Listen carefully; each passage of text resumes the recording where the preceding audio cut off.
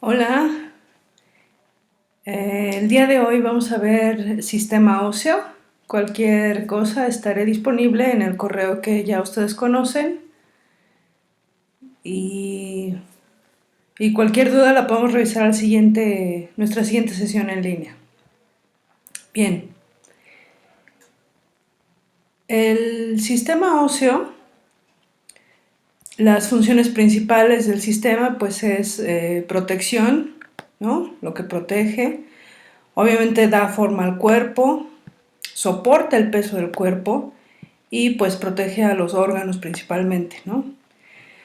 También tiene una función muy importante que es la función de formación de eritrocitos, conocida como hematopoiesis, y es un depósito importante de sales inorgánicas y orgánicas. Comprende el 90% del calcio, lo tenemos como depósito en los huesos, y un 85% del fósforo. La composición es orgánica, como yo lo había mencionado, en un 35%, y una matriz inorgánica el 65% restante. Dentro de la orgánica pues tenemos la colágena, principalmente del tipo 2. Tenemos a la matriz extracelular, que va a estar conformada por los proteoglicanos, y estos a su vez van a dar ramificaciones que son los glucosamínglicanos. Y la matriz inorgánica, que son los iones de hidroxiapatita, los iones fosfato y los iones cálcicos. La clasificación del sistema óseo comprende ya sea regional, que puede ser axial o apendicular, y la clasificación va a estar dada por la forma del hueso, por su disposición microscópica o bien por la forma en la que se desarrolla. Por su forma vamos a tener que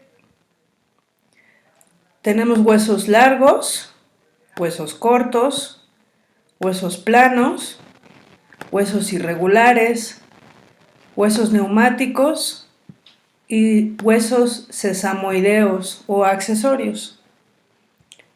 ¿Sí? Aquí tenemos un ejemplo de hueso largo, como es el húmero, los huesos cortos, como son los huesos del carpo o del tarso, los huesos planos, como es el hueso del esternón, los huesos irregulares, que son las vértebras, y los huesos sesamoideos, que son como accesorios, como la rótula.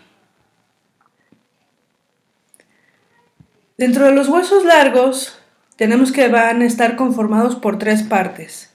La epífisis, que son las partes de los extremos, ¿sí? O sea, una epífisis aquí y una epífisis acá. La parte de la diáfisis, que es toda la parte de en medio, ¿no? La diáfisis, que es el cuerpo del hueso, lo largo del hueso. Y las metáfisis. Las metáfisis son donde se alojan aquí los cartílagos de crecimiento, ¿no? Esto será importante, por ejemplo, en las clases de farmacología, digo, más adelante. Pues hay medicamentos que hay que evitar en niños porque lo que hacen es eliminar las metáfisis, y por lo tanto pues ya no hay crecimiento del hueso largo.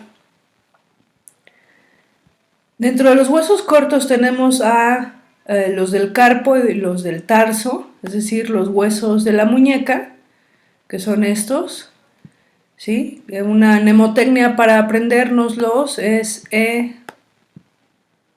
SPP,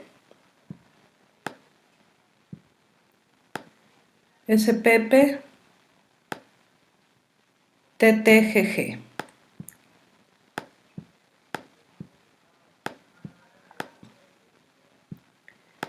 Y tenemos que es SPP, escafoide, semilunar, piramidal y pisiforme, trapecio, trapezoide, hueso grande y hueso ganchoso.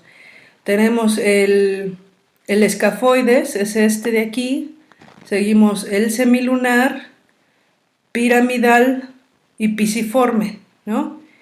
Y seguimos en la segunda hilera, trapecio, trapezoide, hueso grande y hueso ganchoso, ¿sí?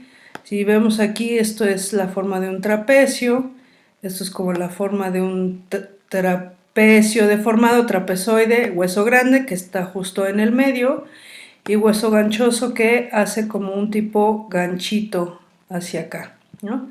Entonces SPP es así, escafoide, semilunar, piramidal, pisiforme, segunda línea de huesos, trapecio, trapezoide, hueso grande y hueso ganchoso. Todos estos corresponden a huesos cortos. Los huesos planos, como su nombre lo indica, son planos, ¿no?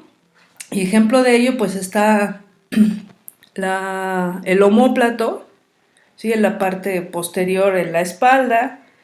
Está el esternón, que corresponde a un tipo de hueso plano. Y están los huesos del cráneo, ¿no? Que son planos también. Los irregulares pues son las vértebras, aunque dentro de la vértebra pues se compone el cuerpo, que es las apófisis transversas, que son las que salen a los lados, y la apófisis espinosa, ¿no? Sin embargo, se llaman irregulares porque dependiendo del segmento son las características que tienen, ¿no? No se puede decir que todas sean igual. La gran mayoría comprende estas partes, sin embargo, depende el segmento cervical, va a depender o va a ser diferente al segmento torácico, al segmento lumbar o incluso al sacro. Dentro de los huesos neumáticos tenemos neumos, la raíz neumos, que significa aire, y son aquellos que van a formar cavidades que en su interior concentran aire. Y dentro de estos tenemos los senos, ¿no? Que es el seno esfenoidal, que está en el hueso esfenoides, los senos etmoidales, que están por detrás en el cráneo, en el hueso etmoides, ¿no? Los huesos maxilares, que se encuentran pues en las maxilas, ¿sí? El seno frontal, que son estos de aquí, perdón, este es el seno frontal, el seno esfenoidal está por dentro en el cráneo, igual que el seno etmoidal, y algunos se pueden ver de frente. Pero todos estos, como su nombre lo indica, es que forman cavidades que contienen aire. Y los huesos sesamoideos, que son como huesos accesorios que se pueden encontrar en un individuo, tales como, bueno, la rótula comprende un ejemplo de un hueso sesamoideo que está presente en todos los seres humanos. Sin embargo, puede haber variantes con respecto a un individuo de otro. Es decir, tenemos por ejemplo aquí dentro del metatarsiano, tenemos un hueso accesorio o extra, ¿no? Entonces este se le llama hueso sesamoideo.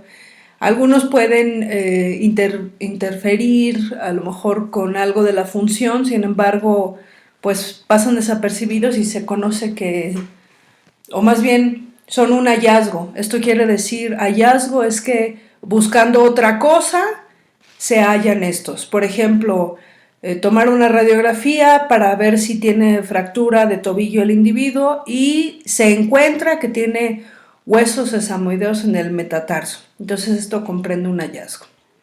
Bien, ahora en cuanto a la forma microscópica del hueso, tenemos que los huesos están compuestos por hueso compacto y hueso esponjoso. Eso es como su nombre le indica.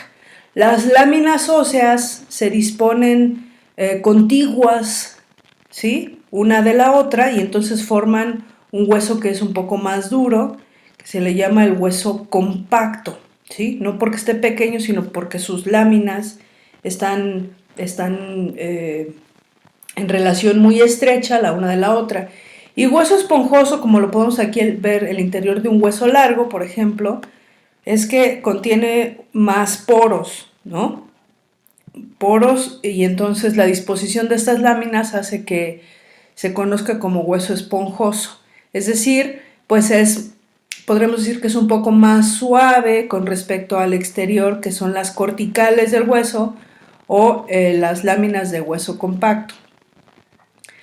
Las láminas de hueso compacto son múltiples estructuras cilíndricas, ¿no?, que van a formar las osteonas, y las osteonas van a formar los sistemas javerianos. Esto es a un nivel microscópico, ¿no? Entonces tenemos a la osteona, que es en realidad toda esta, es una unidad funcional, va generando las láminas de hueso, estos son los núcleos de cada célula ósea, y ellas van formando el canal de Havers, y es este que se observa aquí, ¿no? Ahora, cada osteona tiene un canal central, que es el canal javeriano, y está rodeado por las láminas concéntricas de matriz ósea calcificada. O sea, si esto se descompusiera en las partes, veremos que estas esto es la osteona, eso es como toda la unidad funcional, esto es la osteona, ¿sí? Y cada una de estas capas son láminas concéntricas de matriz ósea calcificada. Recordemos que la matriz está compuesta por material orgánico e inorgánico, ¿no? El calcio, el fósforo, cristales de hidroxiapatita, glucosamínglicanos y colágeno. Y entonces a la unidad funcional se le conoce como osteona, ¿sí? Entonces aquí tenemos una osteona, en donde aquí está el canal de Havers, ¿no? Y en donde aquí se observan las laminillas que van haciendo las láminas concéntricas, ¿no? Pues todo esto es una osteona vista desde el microscopio. Y los canales de Volkmann, son estructuras que pasan perpendicular a los canales javerianos. Entonces estos conectan los nervios y los vasos sanguíneos desde el canal de Havers hasta la médula ósea. Esto es importante porque entonces vamos a comprender que el hueso no es una estructura que se forma y que está dura y ya se queda así, sino que es una estructura dura por los materiales que contiene. Sin embargo, dentro del hueso, de cada hueso, hay un sistema de irrigación muy importante y hay un sistema que tiene los nervios. Entonces, esto es muy importante porque, por ejemplo, aquellos que han sufrido alguna fractura, o es de suponer que si se rompe un hueso, número uno, hay una gran pérdida sanguínea por todos los vasos sanguíneos que tiene dentro del hueso. Y número dos, es importante reconocer que como también tiene nervios, pues entonces es una estructura que de lesionarse produce mucho dolor. Aquí podemos observar las diferentes capas. Por ejemplo, aquí podemos observar, esto es una osteona, ¿no? Este es el canal javeriano, y entonces las estructuras que conectan de forma transversal, que son estas de aquí, son déjelo pongo en verde, los canales javerianos, ¿no? Los canales javerianos son estos, los canales de Volkmann que conectan hasta la médula ósea, ¿no? Muy bien, y entonces lo observamos así, ¿no? Esta es la osteona, ¿sí? Lo que está al centro es el canal javeriano y lo que conecta son los canales de Volkmann. Esta es la estructura de cómo se ven los huesos largos. Esto se ve las fibras de colágeno, las láminas interpuestas de matriz calcificada, de matriz ósea calcificada, ¿no? Entonces, si vemos aquí, estos son los capilares, estas son las osteonas, y cada osteona, ya vimos por lo que está conformada. Esta es un canal de Havers, ¿no? Y estos de aquí son los canales de Volkmann, que lo que hacen es comunicar, ¿no?, el periósteo, que es la parte más externa del hueso o de la cortical ósea, hasta la médula ósea. Esta es otra vista donde tenemos a la osteona, el canal de Havers y los canales de Volkmann que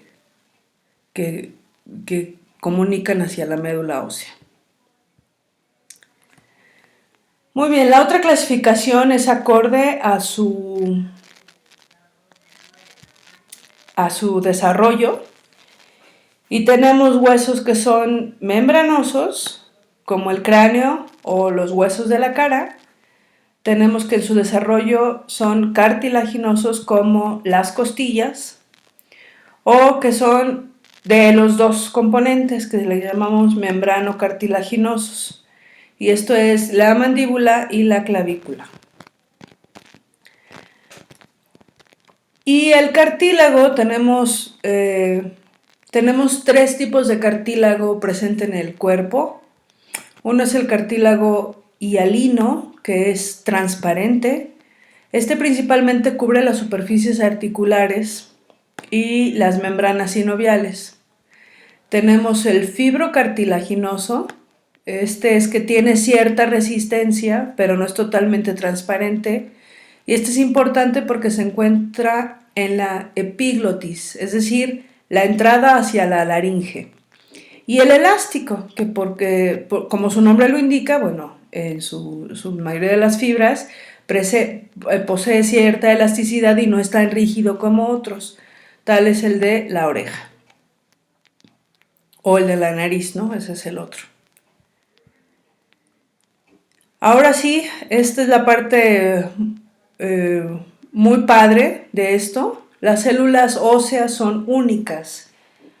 Son únicas en cuanto a las funciones que tienen y cómo es que actúan, ¿no? No vamos a entrar en fisiología, solamente para que conozcan qué tipos de células tenemos. Tenemos al osteocito, que el osteocito como tal significa cito, célula, osteo, hueso. Blasto significa inmaduro, o sea, célula inmadura del hueso. Y clastos es de reparación, ¿no? Entonces el osteocito es la célula del hueso que le va a dar el soporte como tal. Son células maduras y estas se encuentran ahí dando la estructura a toda la matriz que están secretando las células inmaduras. Entonces son células de soporte y responsables de establecer la estructura, osteocitos. Los osteoblastos son células inmaduras. Estas se la pasan sintetizando toda la materia extracelular para que se produzca el hueso y se concentran en el periósteo y en el endosteo.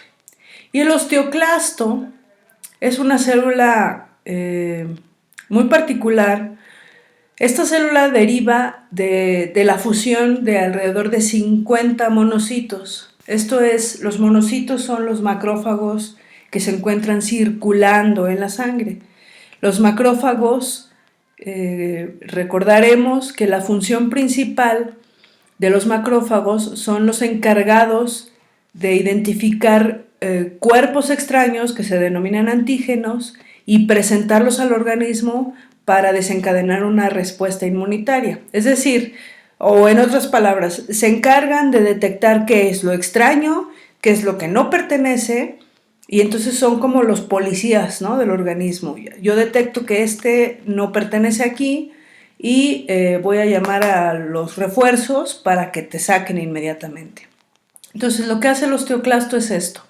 Sin embargo, es una célula muy grande, como es la fusión de 50 monocitos, pues es una célula así como en términos de células, pues podríamos decir que es una célula gigante. Y obviamente aquí la función es totalmente diferente. Esta se encarga de la resorción ósea, es decir, se encargan de carcomer el hueso para remodelarlo, ¿sí? Entonces tenemos estas células, bueno,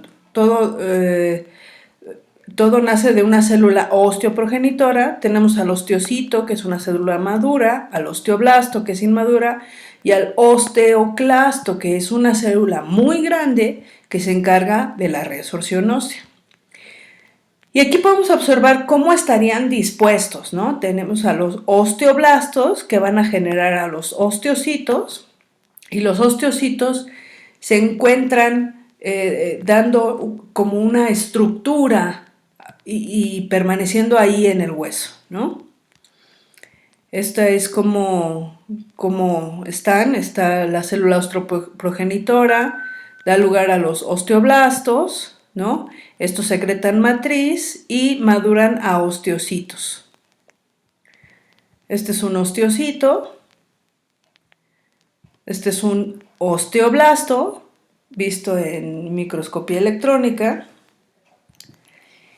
y esta es la vista en un corte histológico de cómo se observan los osteoblastos y los osteocitos. Si podemos observar todo esto que vemos como rosita más clarito de aquí a aquí, es toda esa matriz extracelular que están secretando los osteoblastos. Entonces los osteoblastos son esta línea de células que se encuentran aquí secretando la matriz, ¿no? Y esta matriz rosa, pues es una matriz más madura, ¿no? Como más dura, por así decirlo. Y ya aquí encontramos los osteocitos, pues ya no están como en hilera como están los osteoblastos, ¿no? Ya son células maduras que se encargan de permanecer ahí, ¿no? De darle la estructura al hueso. Y los osteoclastos tienen una forma única. Tienen este borde que se llama borde dentado, ¿sí lo ven? Este borde está diseñado especial para hacer la función de carcomer el hueso, para picarlo, ¿no? Para deshacer ese pedazo de hueso. Lo hace a través de unas reacciones enzimáticas, especialmente de las catepsinas, es lo que hace. Entonces tiene enzimas muy, muy poderosas que lo que hacen es deshacer el hueso. Esta sería una foto de la forma de un osteoclasto, es muy grande a comparación de las otras dos. Y entonces esta es la función que hace uno y otro, ¿no? O sea, básicamente el osteoblasto se va a encargar de poner los tabiques y el osteoclasto se va a encargar de deshacerlos, ¿no? ¿Esto por qué? Porque si necesitáramos en nuestro organismo calcio, si tuviéramos un calcio bajo, ¿dónde tenemos el mayor depósito? Pues en los huesos. Entonces lo que hacemos es sacarlo de ahí, ¿no? Y entonces se pone a trabajar el osteoclasto. ¿Y quién va a reparar esto? Pues el osteoblasto a través de la secreción de matriz extracelular. ¿Y quiénes estarían aquí en medio? Pues estarían los osteocitos, ¿no? Aquí estarían los osteocitos brindando la estructura a nuestro hueso, ¿sí? Bien, como vimos es un tema corto. Gracias por haber estado. Cualquier duda o pregunta, no duden en contactarme. Gracias. Bye.